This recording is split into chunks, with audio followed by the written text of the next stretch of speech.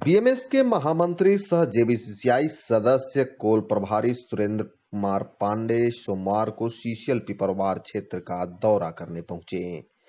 पिपरवार पहुंचने पर बीएमएस के कार्यकर्ताओं के द्वारा उनका जोरदार स्वागत किया गया। बजरा ऑफिसर्स क्लब में आयोजित एक कार्यक्रम में उन्होंने इनके पिपरवार और राजहरा के कोयला मजदूरों को संबोधित किया। कार्यक्रम की शुरुआत उन्होंने दीप जलाकर किया।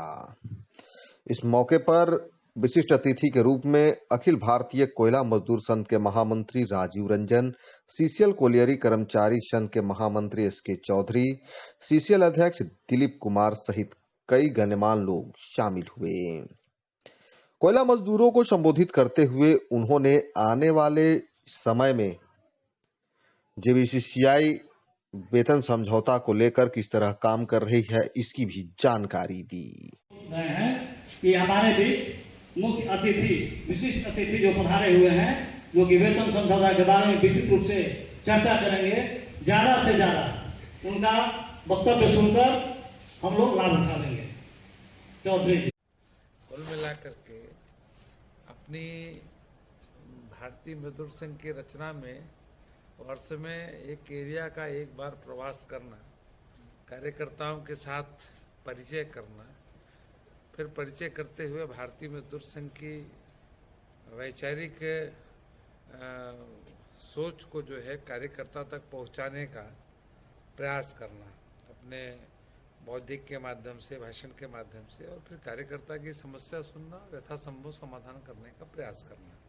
कुल मिलाकर के कार्यकर्ता बैठक ही प्रमुख उद्देश्य रहता है। इस मुद्दे में जेबीसीसीआई का 11वां जो वेतन समझौता की बात, जिसमें आप लोगों ने मेमोरेंडम दिया है, अपने मांग पत्र दिया है, उसमें मुख्य मांगे क्या है, जिसमें मजदूरों को क्या लाभ हो सकता है या क्या लाभ होने की संभावना है, जो आप लोगों ने मांग दिया है, अगर वो मांग पूरी हो जाती है तो क्या लाभ होगा?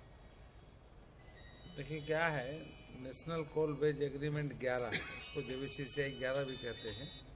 इस 11 का मांग पत्र, ये सौभाग्य की बात है कि इस बार चारों श्रम संगठनों ने एक साथ मिल करके दिया। एक पहली विजयश्री इसको हम कह सकते हैं कि हम चार एक हैं, ऐसा चारों ने मिल करके और चारों के हस्ताक्षर से ये पत्र मांग पत्र सरकार मैनेजमेंट को गया है और भारत सरकार को भी गया है। इसको पहली जीत मान सकते हैं कि हम चार एक है। हम चार के झंडों का रंग भले अलग अलग है, लेकिन मजदूर की समस्या के लिए हम एक हैं, ये एक पहली जीत है।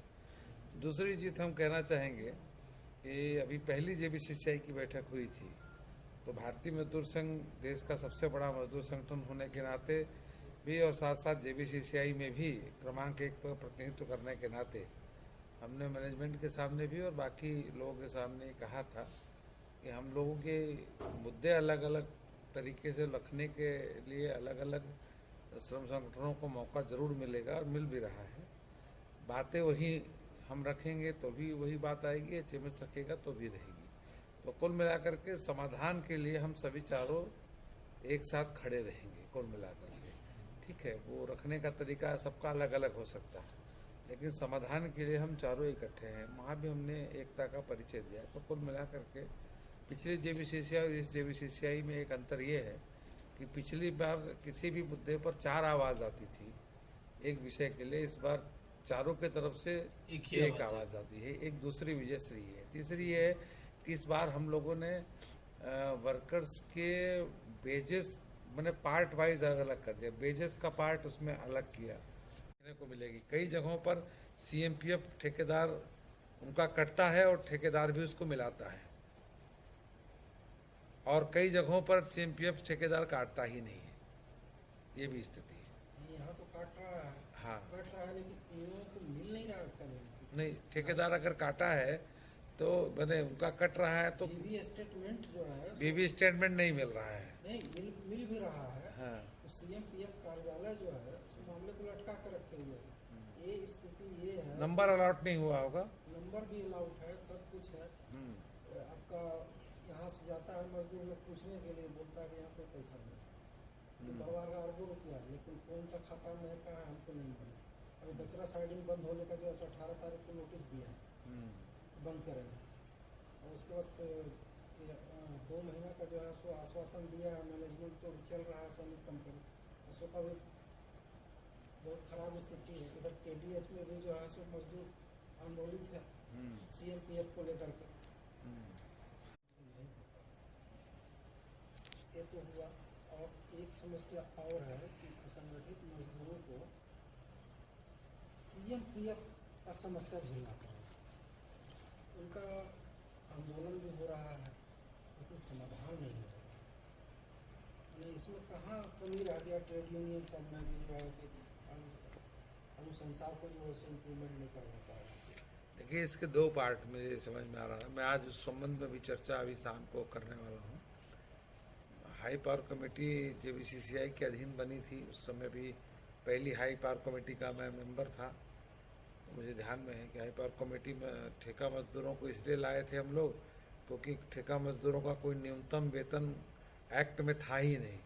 बाकी सबका न्यूनतम वेतन था, शेड्यूल एम्प्लॉयमेंट में कोयला मजदूरों को नहीं था, इसलिए हाई पावर कमेटी हम लोग लेकर आए थे और एक अलग वेज उनके लिए हम लोगों ने तय किया था। लेकिन दुर्भाग्य है, कोई पीपरवार की ही बात नहीं है, पूरे देश की कोल इंडस्ट्री में आज कहीं भी हाई पावर कमेटी का वेजेस ठेका मजदूरों को 100% मिल पा रहा है, ऐसा मुझे कहीं भी देखने को नहीं मिला। दूसरी चीज़ क्या है कि ठेका मजदूरों में भी एक कमी है। हम उनको जितना संगठित करना चाहते हैं उतना ही वो दूर भागते हैं, वो असंगठित रहते हैं।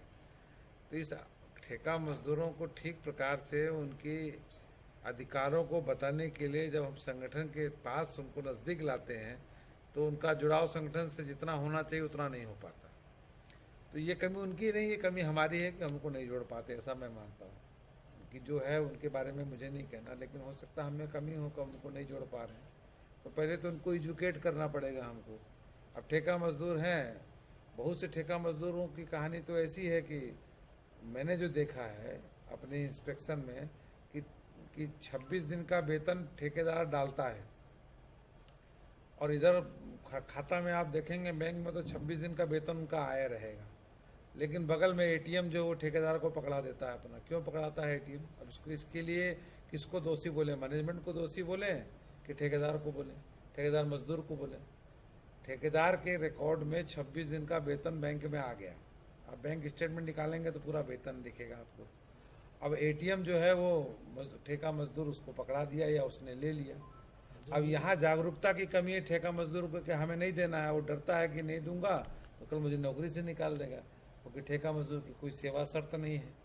तो कुल मिलाकर के ऐसी अनेक समस्याएं हैं। कई जगह ऐसा है कि 10 दिन ड्यूटी किया, कहीं ठेका मजदूर जो है 25 दिन उसकी हाजिरी लगाया, 15 दिन खुद ही रख लेता है। कोल इंडिया के पास से तो पैसा निकलता है।